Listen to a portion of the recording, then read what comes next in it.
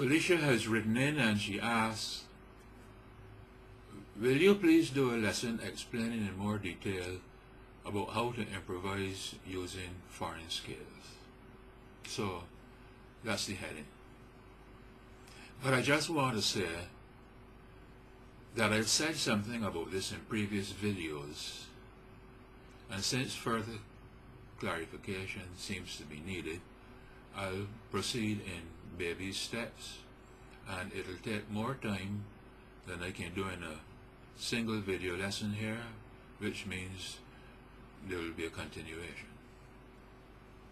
Now, if you're watching here for the first time, just let me tell you that this series of beginners workshops that I am doing are oriented towards greenhorn, beginning, wannabe musicians.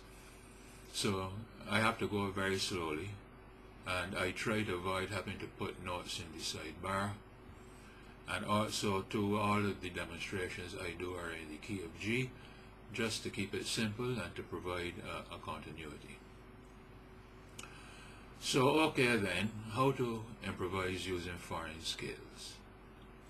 Let's first talk about scales, and then what is a foreign scale, and finally how to use them in improvising. So if this lesson is going to be gauged at 100, here we are beginning at number 1, the very beginning. You know that music is associated with an arrangement of notes that have been strung together, and this string we call a scale. Originally the word scale meant ladder.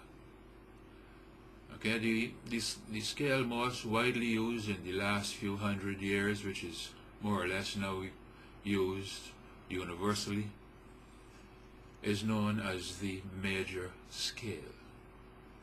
There are of course minor scales in their own right, and some are modes of the major scale. Unless a particular reference is made to another scale, when people talk about, let's say, the C scale, for example, what they are meaning is the Western major scale, which is just simply called the major scale. So when they say the C scale, what they are meaning is the Western C major scale, right? The 7-note scale, the do, re, mi, fa, sol, la, ti, do scale that you know and most people are familiar with, which is also called the ionic scale.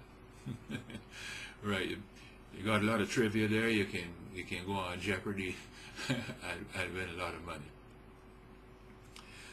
And it is this scale then that I'm talking about in these lessons when I just refer major scale. Of course, you know there are 12 notes in this major scale. There are 7 diatonic notes and 5 semitones, and a scale can be built on each of these notes. So you can say that there are 12 major scales. Now, scales have a formula. We can say a mathematical formula upon which they are built. The major scale is comprised of both whole notes and half notes according to this formula. I'm going to be putting up a diagram momentarily where I'll be able to clarify this more plainly. Now, this scale, when you play it, has a particular tonality or color or sound that characterizes it. So when you hear somebody play it, you can say right away, oh yes, that's the major scale, because of the way it sounds. But why does the major scale sound the way it does? It sounds the way it does because the distance between, or the distance from one note to the next, and this distance is measured by steps and half steps, or whole notes and semitones, makes it sound that way. Okay? Um, hold on, hold on. This is going to be clarified momentarily. So, but let's talk for a moment about a foreign scale. In the sense that I'm using the word foreign in these lessons, and does not mean that I'm necessarily talking about a scale that has come from some far-off country, you know, from Transylvania or some particular place, right? I'm talking about, when I say foreign scale, I'm talking about any scale that is not the major scale, the Western major scale that I have been references. So let me put up this schematic here to vivify what I'm saying. Here is the G major scale. G, A, B, C, D, E, F sharp, G. Those are the notes. Notice the formula. W, W, H, W, W, W, H, where W represents a whole step and H represents a half step or a semitone. From this you can see that from G to A to B are whole steps apart. From B to C is a half step or a semitone. From D to E to F sharp are whole tones. And from G sharp, beg your pardon, from F sharp to G is a semitone or a half step. Now I just want to slip in here one more time. This formula that you see there, WWH, WWH, is the formula that builds the major scale on any note. Okay, so the way that a C scale is built is the same way that a B flat scale is built, or whatever else. Okay. Now let's look at a foreign scale.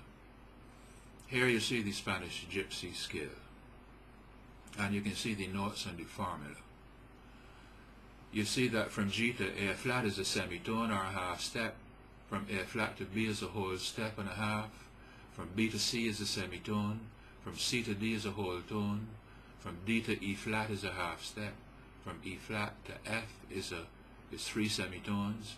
And from F to G is a whole tone. Now if you will just pause the video here and study this diagram, you will see that the way that these two scales are constructed, as far as distances apart from the notes, is quite different, and that's the reason why they sound differently. Well, let me see if I can play these scales here for you so you can hear them.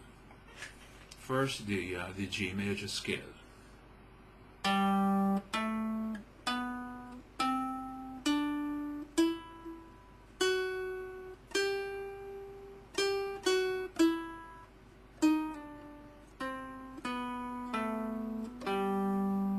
And now the Spanish Gypsy scale.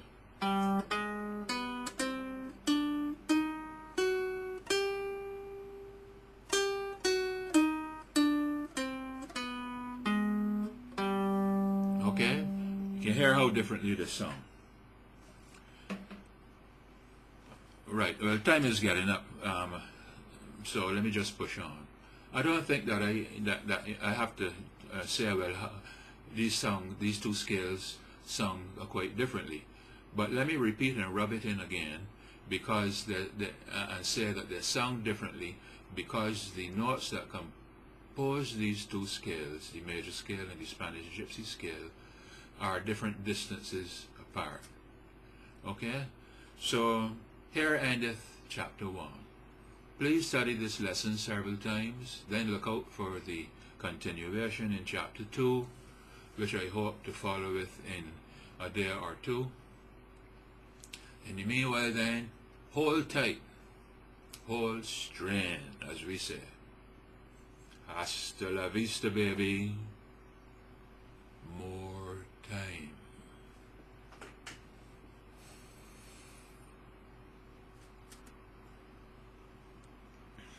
It's early in the morning here where I am. Got to sip the cup of joe. Take it easy.